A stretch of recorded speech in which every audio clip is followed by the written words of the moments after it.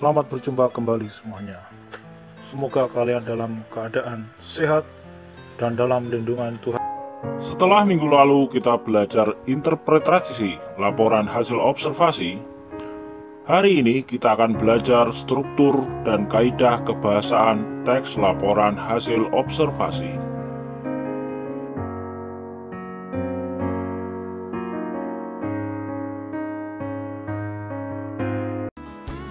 Tujuan belajar hari ini adalah kita diharap dapat mengidentifikasi dan memahami struktur teks laporan hasil observasi.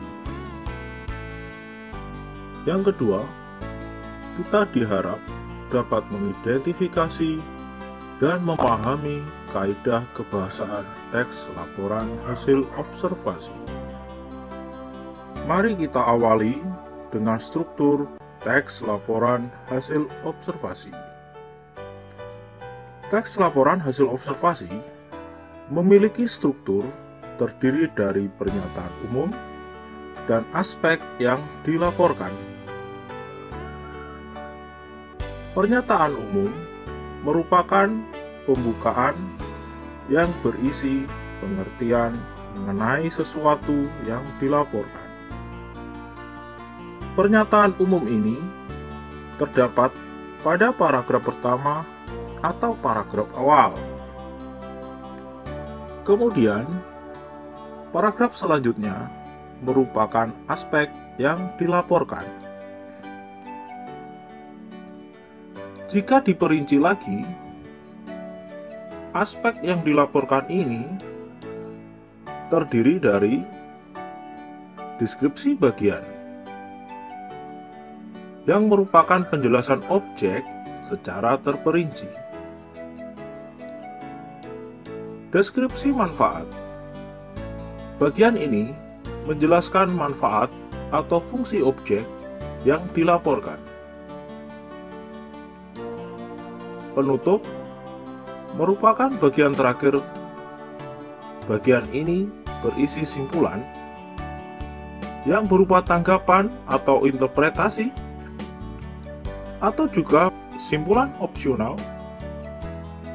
ya atau tidak, boleh atau tidak. Selanjutnya, kita akan belajar kaidah kebahasaan teks laporan hasil observasi. Yang akan kita pelajari pada bagian ini, kita akan belajar kata dan frase, afiksasi, kalimat definisi dan kalimat deskripsi, dan yang terakhir kalimat simpleks dan kalimat kompleks. Apa bedanya kata dan frase?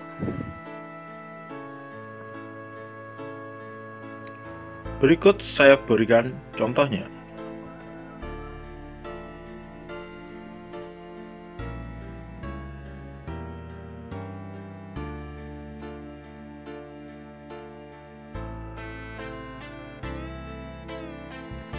Jadi, kata merupakan satuan yang bersifat bebas atau berdiri sendiri.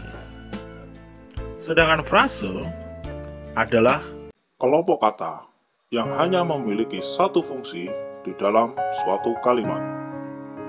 Fungsi ini bisa sebagai subjek, predikat, objek, keterangan, atau pelengkap. Pada laporan hasil observasi, tentu kalian akan menemukan kata yang mengalami proses afiksasi.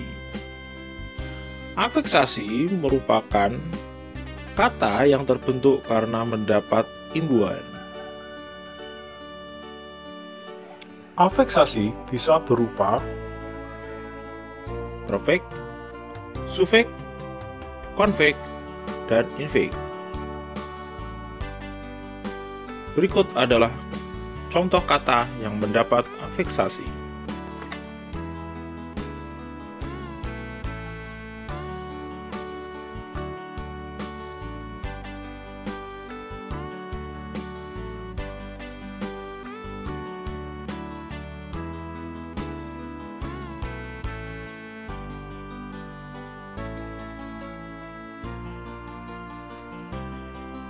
teks laporan hasil observasi juga akan ditemukan kalimat definisi dan kalimat deskripsi.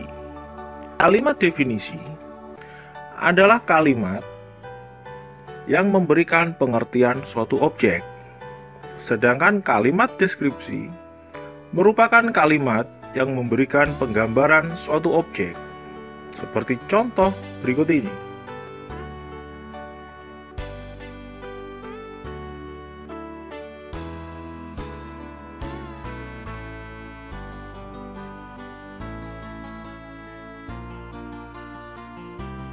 Terakhir, kita akan membahas kalimat simpleks dan kalimat kompleks. Sebelumnya, kalian pasti sudah mengetahui kalimat tunggal dan kalimat majemuk.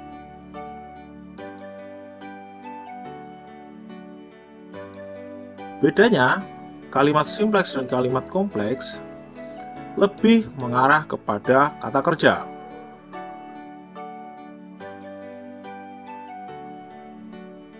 Kalau kalimat simpleks hanya memiliki satu kata kerja dan belum tentu kalimat majemuk. Sedangkan kalimat kompleks, kalimat majemuk yang memiliki lebih dari satu kata kerjanya.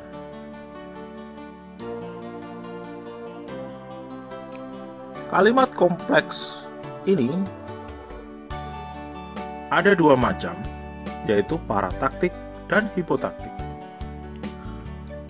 Parataktik menggunakan hubungan konjungsi sejajar dengan makna. Konjungsi yang digunakan dan, tetapi, atau. Seperti contoh kalimat ini.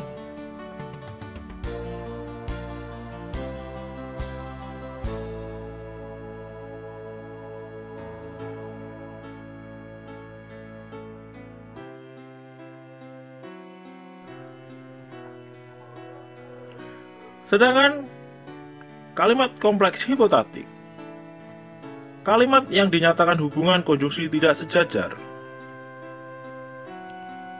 Konjungsi yang digunakan dalam kalimat kompleks hipotaktik apabila, jika, karena, ketika, jadi, selain itu, sebelum itu, setelah itu, meskipun, dan sebagainya.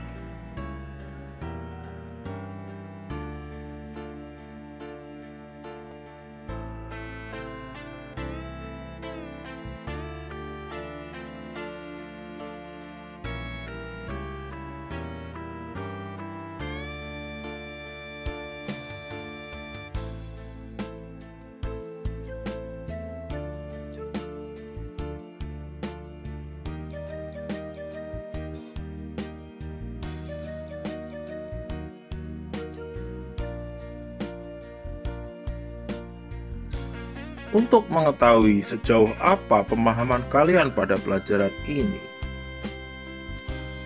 tugas kalian adalah kerjakan tugas 1.3 yang ada di Classroom. Sampai berjumpa kembali.